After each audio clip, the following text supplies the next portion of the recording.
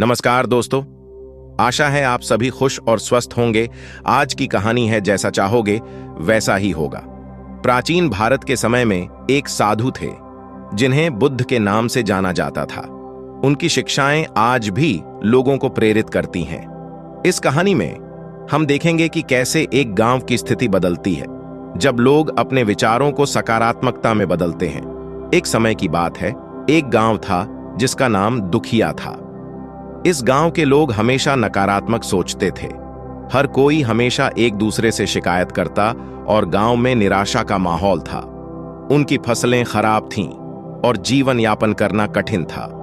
गांव के लोग यह मानते थे कि उनकी किस्मत खराब है और वे कभी खुश नहीं हो सकते। एक दिन बुद्ध ने इस गांव की ओर यात्रा की। जब वह गांव में पहुंचे तो उन्होंने देखा कि लोग गहरी चिंता में हैं। बुद्ध ने गांव के चौराहे पर बैठकर ध्यान लगाया। कुछ समय बाद जब गांव के लोग उनकी ओर आकर्षित हुए तो उन्होंने सोचा कि शायद यह साधु उनके दुखों का समाधान कर सकते हैं।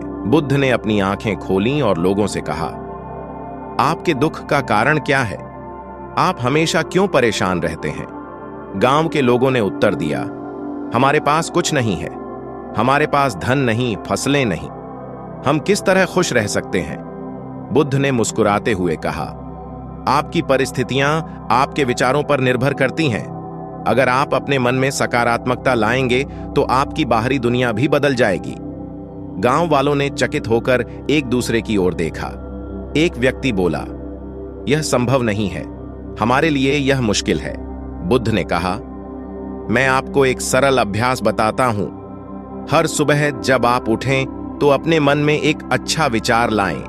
आप अपने दिन की शुरुआत सकारात्मकता से करें। जैसे चाहोगे वैसा ही होगा। गांव के लोग पहले तो संकोच में थे, लेकिन धीरे धीरे कुछ लोग बुद्ध की बातों को मानने लगे। उनमें से एक किसान, जिसका नाम रामू था, ने यह विचार किया।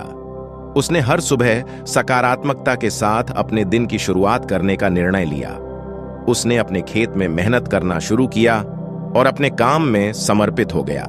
रामू की मेहनत देखकर धीरे धीरे अन्य लोग भी उससे प्रेरित होने लगे। उन्होंने भी अपने अपने काम में मेहनत करनी शुरू कर दी। उन्होंने एक दूसरे की मदद करना शुरू किया और गांव में सकारात्मकता का माहौल बनने लगा। धीरे धीरे सुधार। कुछ महीनों बाद रामू की मेहनत रंग लाई। उसकी फसलें लहलहा उठीं। उसने अपने फसल का एक हिस्सा गांव के बाकी किसानों के साथ बांटने का निर्णय लिया। इससे गांव के लोगों में उत्साह बढ़ा। उन्होंने रामू की तारीफ की और उसकी तरह मेहनत करने का संकल्प लिया। गांव में सकारात्मकता का माहौल बन गया। लोग अब एक दूसरे से सहयोग करने लगे। गांव की स्थिति बदलने लगी। फसलें बढ़ने लगीं और लोग अब खुश रहने लगे। एक नया उत्सव। गांव के लोग अब यह समझ गए थे कि उनकी सोच ही उनकी वास्तविकता को बनाती है। उन्होंने एक उत्सव मनाने का निर्णय लिया जिसमें वे अपनी खुशियों का जश्न मनाएंगे। उन्होंने गांव में एक बड़े आयोजन की योजना बनाई जिसमें सभी लोग एकत्र होंगे और अपनी खुशियों को साझा करेंगे। सभी गांव वाले मिलकर तैयारी करने लगे। उन्होंने गांव को सजाया और एक भव्य भोज का आयोजन किया। जब दिन आया तो गांव में खुशी की लहर दौड़ गई। लोग गा रहे थे, नाच रहे थे और एक दूसरे के साथ समय बिता रहे थे। इस उत्सव में बुद्ध भी आमंत्रित थे। जब वह गांव में पहुंचे तो लोगों ने उन्हें देखकर खुशी मनाई। उन्होंने गांव वालों से कहा, आपने जो परिवर्तन किया है वह आपके विचारों की शक्ति का परिणाम है।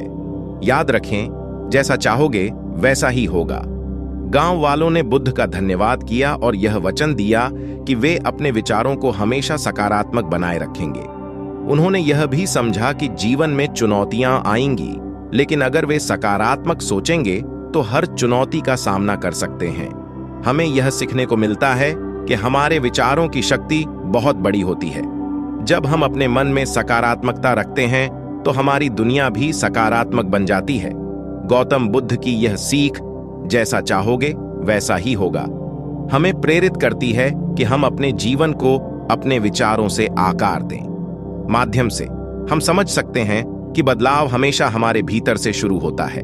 यदि हम अपने मन में अच्छे विचार रखें तो हमारी दुनिया भी उसी तरह खूबसूरत बन जाएगी। जैसे चाहोगे वैसा ही होगा। यह केवल एक वाक्य नहीं, बल्कि एक जीवन जीने का मंत्र है। हम सबको चाहिए कि हम इस मंत्र को अपने जीवन में अपनाएं और इसे अपने आसपास के लोगों के साथ साझा करें। यही है गौतम बुद्ध की सच्ची शिक्षाएं, जो आज भी हमारे लिए प्रासंगिक हैं। वीडियो देखने के लिए धन्यवाद। बुद्ध के अधिक प्रेरक उद्धरणों और जीवन बदलने वाले ज्ञान के लिए हमारे चैनल को सब्सक्राइब करना ना भूले। धन्यवाद।